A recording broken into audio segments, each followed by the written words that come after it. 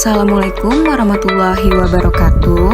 Di video kali ini, kami akan memberikan sebuah materi mengenai deposito, seperti pengertian dari deposito, jenis-jenis deposito, dan juga mengenai jurnal akuntansi pada deposito.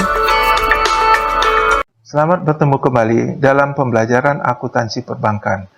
Di dalam pembelajaran kali ini, kita akan membahas tentang deposito. Nah, deposito ini akan menjelaskan beberapa subtopik berikut ini, yaitu apa yang dimaksud dengan pengertian deposito, deposito berjangka, dan sertifikat deposito, serta deposito on call. Bahasan ini akan disampaikan selanjutnya oleh Yeni Aprilda dan Novia Andini. Pembelajaran ini dilaksanakan di program studi pendidikan akuntansi Fakultas Ekonomi Universitas Negeri Jakarta. Selanjutnya, mari kita saksikan penyampaian yang akan disampaikan oleh pemateri berikut ini. Terima kasih, selamat menyaksikan. Deposito merupakan kewajiban jangka pendek atau kewajiban jangka panjang, di mana penarikan deposito sesuai dengan perjanjian antara bank dan pemegang deposito berdasarkan jangka waktu yang disepakati. Deposito disajikan dalam kewajiban jangka pendek bila jatuh temponya kurang dari 1 tahun. Deposito disajikan dalam kewajiban jangka panjang bila jatuh temponya lebih dari 1 tahun. Terdapat 3 jenis deposito. Yang pertama ada deposito berjangka. Deposito berjangka adalah simpanan berjangka yang diterbitkan atas nama, tidak dapat diperjualbelikan, dan penarikannya disesuaikan dengan jangka waktu tertentu. Selanjutnya ada sertifikat deposito. Sertifikat deposito merupakan jenis simpanan dana dari masyarakat yang penarikannya sesuai jangka waktu tertentu dan dapat diperjualbelikan. Selanjutnya ada deposit on call. Artinya, yaitu jenis deposito yang penarikannya harus dengan pemberitahuan sebelumnya.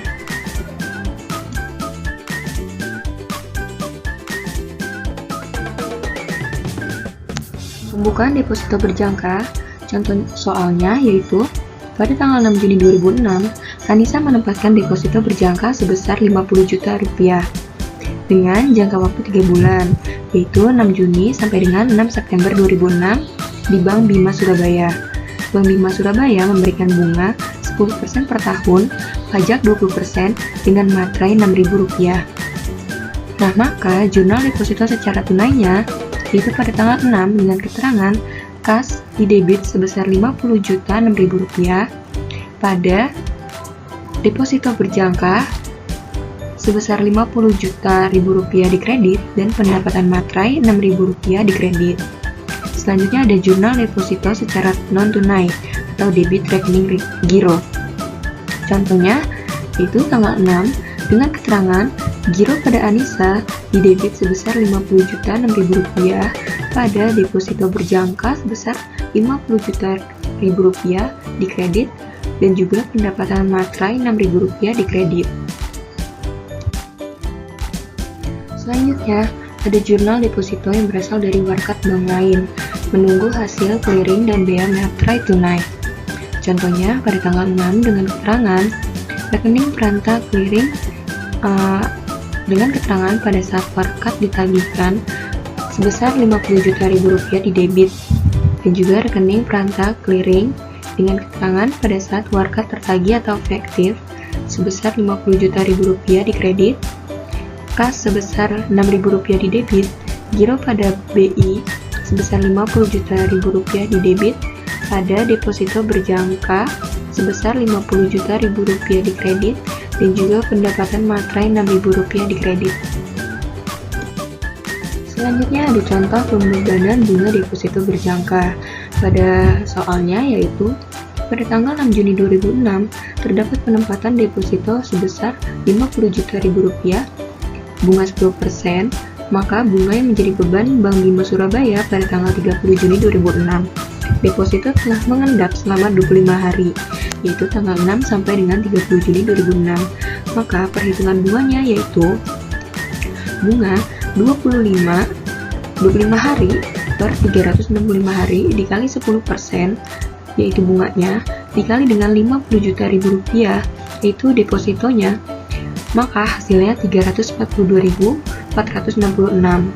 Maka jurnalnya pada 30 Juni 2006 yaitu tanggal 30 dengan keterangan beban bunga deposito sebesar 342.466.000 didebit pada bunga deposito yang masih harus dibayar sebesar 342.466.000 rupiah dikredit. Nah, selanjutnya ada lagi perhitungan bunganya, yaitu bunga Juni 25 per 365 dikali 10% dikali 50 juta ribu rupiah sama dengan 342.466.000. Selanjutnya ada bunga Juli dari 5 hari, yaitu per 365 hari dikali 10% dikali 50 juta ribu rupiah sama dengan 68.493. Maka total bunganya yaitu dari bunga Juni dan juga bunga Juli sebesar 410.959. Selanjutnya kita hitung pajak sebesar 20% dikali 410.959, yaitu dari total bunga, maka hasilnya yaitu 82.192. Dengan bunga bersihnya yaitu total bunga dikurang pajak sebesar 328.767 rupiah. Maka jurnal 6 Juli 2006 yaitu keterangannya beban bunga deposito sebesar 68.493 rupiah didebit dan bunga deposito yang masih harus dibayar sebesar 342.466 rupiah didebit pada kas atau tabungan atau giro sebesar 342.466 rupiah dikredit dan utang PPh sebesar 82.192 dikredit. Selanjutnya yaitu jika bunga deposito diterima tunai atau dikreditkan ke rekening tabungan atau giro tetapi ditransfer ke bank lain dengan asumsi biaya transfer Rp5.000 didebit dari pendapatan bunga deposito, maka jurnal yang dibuat yaitu jurnal 6 Juli 2006 dengan keterangan beban bunga deposito sebesar 68.493 didebit dan bunga deposito yang masih harus dibayar sebesar 342.466 didebit pada giro pada BI sebesar 323.767 dikredit dan utang PPh sebesar 82.192 dikredit dan juga pendapatan komisi transfer sebesar Rp5.000 dikredit. Maka ada lagi jurnal 31 Juli 2006 nya dengan bunga 26 per 365 hari dikali 10% dikali 50 juta ribu rupiah sama dengan 356.164 ribu rupiah. Maka kita buat jurnalnya yaitu beban bunga deposito pada bunga deposito yang masih harus dibayar sebesar masing-masing 356.000 rupiah, 356.000 rupiah, 164. Selanjutnya ada pembayaran bunga 6 Agustus 2006 di mana bunga Juli 26 per 365 dikali 10% dikali 50 juta ribu rupiah hasilnya 356.164 dan bunga Agustus 5 per 365 hari dikali 10% dikali 50 juta ribu rupiah sama dengan 68.493. Maka total bunganya yaitu 424.657 dengan pajak 20% dikali 424.657 maka hasilnya 84.931. Maka bunga bersihnya yaitu total bunga dikurangi pajak sebesar 339.726 ribu rupiah. Maka jurnal 6 Agustus 2006 yaitu beban bunga deposito sebesar 68.493 didebit dan bunga deposito yang masih harus dibayar sebesar 356.164 didebit pada giro pada BI sebesar 334.726 dikredit dan utang PPh sebesar 84.931 dikredit dan juga pendapatan komisi transfer sebesar 5.000 dikredit. Selanjutnya ada jurnal 31 Agustus 2006 maka bunganya 26/365 dikali 10% dikali 50 juta sama dengan 356.164. Dengan jurnalnya yaitu beban bunga deposito pada kewajiban segera atau bunga deposito sebesar 356.164 masing-masing di debit dan di kredit. Kita masih lanjut mengenai materi deposito berjangka. Saat ini kita akan mempelajari mengenai pencairan deposito berjangka. Yang pertama yaitu pencairan deposito berjangka pada saat jatuh tempo. Pada soal sebelumnya, jatuh tempo deposito berjangka atas nama Anissa adalah pada tanggal 6 September 2006. Dalam hal ini, nasabah mencairkannya pada saat jatuh tempo. Maka jurnal yang dibuat adalah pada bulan Agustus, jumlah deposito yang mengendap yaitu 26 hari, sehingga dapat dihitung yaitu 26 dibagi 365 dikali 10% dikali 50 juta, maka menghasilkan Rp356.164. Pada bulan September, deposito yang mengendap yaitu selama 5 hari, maka dapat dihitung dengan 5 dibagi 365 dikali 10% dikali 50 juta, sama dengan Rp68.439. Lalu total bunganya yaitu Rp424.657. Selanjutnya kita harus menghitung pajak, yaitu dengan cara 20% dikali Rp424.657, maka menghasilkan Rp84.931. Sehingga bunga bersihnya didapatkan yaitu Rp339.726. Maka dapat kita buat jurnalnya yaitu pada tanggal 6, beban bunga deposito di debit sebesar Rp68.493. Lalu bunga deposito yang masih harus dibayar di debit sebesar Rp356.164. Selanjutnya, kas atau giro atau tabungan di kredit sebesar Rp337.726. Yang terakhir, utang PPh di kredit sebesar Rp84.931. Jurnal tersebut adalah jurnal untuk mencatat pembayaran bunganya. Lalu kita harus mencatat pencairan depositonya dengan jurnal yaitu deposito berjangka di debit sebesar 50 juta dan kas atau giro atau tabungan di kredit sebesar 50 juta. Yang kedua yaitu pencairan deposito berjangka sebelum jatuh tempo. Penalti dihitung sebesar persentase tertentu dari nominal deposito berjangka. Kita lihat contoh soalnya. Pada tanggal 6 Juni 2006, Anissa menempatkan dananya dalam bentuk deposito berjangka sebesar 50 juta dengan jangka waktu 3 bulan, yaitu 6 Juni sampai dengan 6 September 2006 di Bank Bima Surabaya. Bank Bima Surabaya memberikan bunga 10% per tahun, pajak 20%, dan materai 6.000. Pada tanggal 31 Agustus 2006, deposito tersebut dicairkan, diasumsikan penalti sebesar 0,1% dari nominal deposito berjangka. Maka jurnal yang harus kita buat pada tanggal 31 Agustus 2006 yaitu deposito berjangka di debit sebesar 50 juta, kas atau giro atau tabungan di kredit sebesar 49.950.000, pendapatan penalti di kredit sebesar 50.000. Itulah jurnal yang harus kita catat sebagai pencairan deposito sebelum jatuh tempo. Selanjutnya, kita masih membahas mengenai pencairan deposito berjangka sebelum jatuh tempo. Yang kedua ini, kita akan membahas mengenai penalti yang dihitung sebesar nominal tertentu. Dapat kita lihat pada soalnya, yaitu Anissa menempatkan deposito berjangka sebesar 50 juta dengan jangka waktu 1 bulan. Kemudian, Anissa mencairkan sebelum jatuh tempo dan diasumsikan penalti dibebankan sebesar Rp100.000.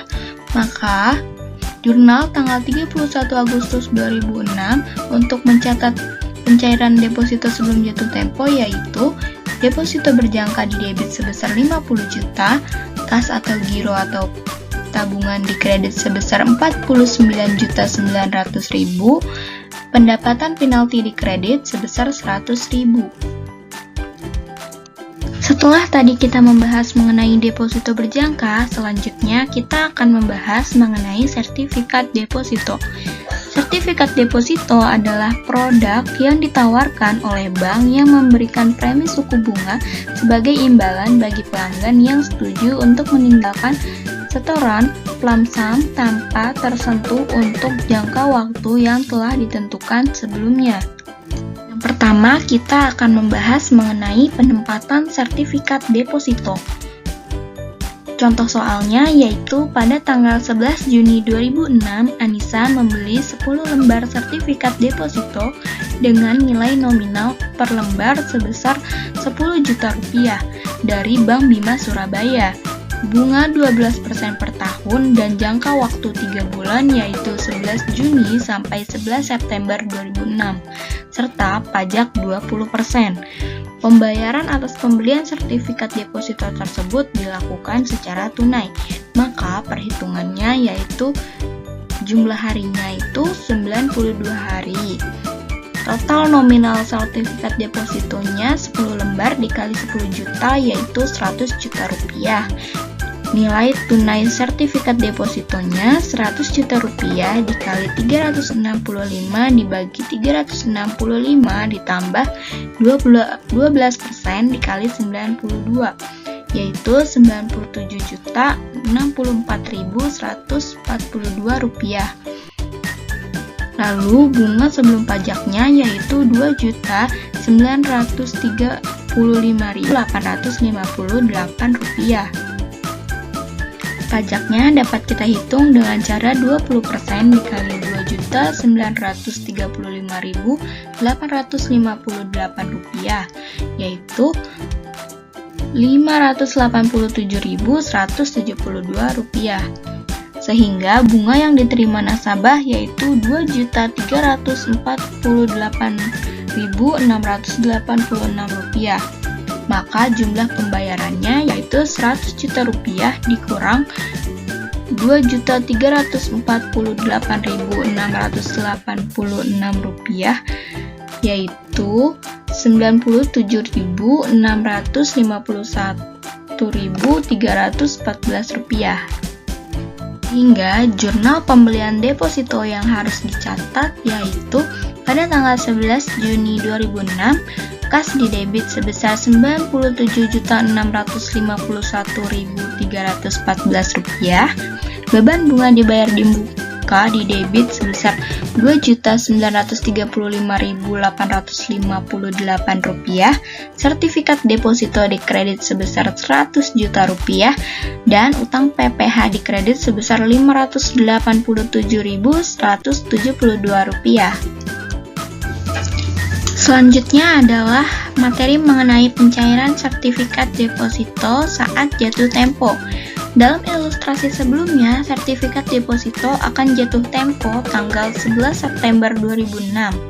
Maka jurnal tanggal 11 September 2006 yaitu sertifikat deposito di debit sebesar 100 juta rupiah, kas atau giro atau tabungan di kredit sebesar 100 juta rupiah. Itulah jurnal yang harus kita catat pada pencairan sertifikat deposito. Selanjutnya mengenai bunga sertifikat deposito. Perhitungan bunga sertifikat deposito yaitu jurnal pada tanggal 30 Juni 2006 yaitu total bunga untuk 92 hari sebesar 2.935.858 rupiah. Bunga selama bulan Juni 2006 yaitu dihitung dengan cara 20 dibagi 92 dikali 2.935.858 menghasilkan 638.230 rupiah.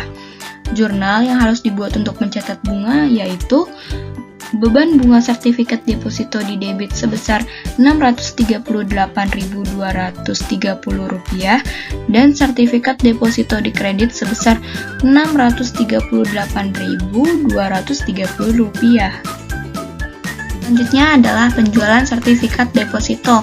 Pada tanggal 11 Juni 2006, Anissa membeli 10 lembar sertifikat deposito sebesar Rp10 juta per lembar dari Bank Bima Surabaya. Bunga 12% per tahun dengan jangka waktu 3 bulan, yaitu 11 Juni sampai 11 September dengan pajak 20%. Pada 1 Agustus 2006, Anissa menjual sertifikat deposito kepada Bank Bima dengan bunga 15%. Dapat kita hitung jumlah harinya, yaitu 11 Juni sampai 1 Agustus adalah 51 hari. Lalu kita hitung total nominal sertifikat depositonya dengan cara 10 lembar dikali Rp10 juta sama dengan Rp100 juta. Lalu kita hitung nilai tunai sertifikat deposito dengan cara Rp100 juta dikali 365 ditambah 15% dikali 51 menghasilkan Rp99.947.135. Lalu kita hitung bunganya dengan cara Rp100 juta dikurang Rp99.947.135 menghasilkan Rp2.052.864. Maka jurnal yang harus kita catat pada tanggal 1 Agustus adalah sertifikat deposito di debit sebesar Rp100 juta, bunga sertifikat deposito diterima di muka di kredit sebesar Rp2.052.865, lalu kas di kredit sebesar Rp97.947.135. Setelah kita mempelajari sertifikat deposito, selanjutnya kita mempelajari mengenai deposito on call. Deposito on call adalah jenis deposito yang memiliki jangka waktu singkat, dari 3 hari hingga 1 bulan. Dengan deposito on call, nasabah diberikan pilihan untuk menyimpan uang dalam waktu 3 hari sampai maksimal 1 bulan saja. Selain itu, jika ingin mencairkan dana deposito on call, memberitahu pihak bank maksimal 3 hari sebelumnya. Hal tersebutlah yang membuat banyak orang memilih deposito ini sebagai alternatif investasi jangka pendek. Mari kita lihat contoh soalnya. Pada tanggal 2 April 2006, Ananda menempatkan dananya dalam bentuk deposito on call di Bank Bima Surabaya sebesar Rp200 juta. Bunga yang diberikan 1% per bulan, pajak 20% dari bunga deposito on call. Jatuh tempo tanggal 20 April 2006. Lalu jurnal yang harus kita buat pada saat penempatan tanggal 2 April 2006 yaitu kas atau giro atau tabungan di debit sebesar Rp200 juta. Lalu deposito on call Ananda di kredit sebesar Rp200 juta. Lalu kita harus mencatat jurnal saat pencairannya pada tanggal 20 April 2006, yaitu deposito on call di debit sebesar Rp200 juta, beban bunga deposit on call di debit sebesar Rp1.200.000, kas atau giro atau tabungan di kredit sebesar Rp200.960.000, dan utang PPh di kredit Rp240.000. Perhitungannya, bunga 1% dikali 18 dibagi 30 dikali 200 juta sama dengan 1.200.000. Pajak 20% dikali 1.200.000 sama dengan 240.000. Sehingga bunga yang diterima adalah 960.000.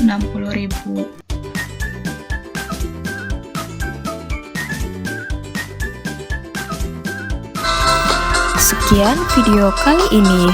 Semoga dapat membantu kalian ya dan menambah pengetahuan wawasan kalian. Mohon maaf apabila ada kesalahan kata ataupun kalimat. Wassalamualaikum warahmatullahi wabarakatuh.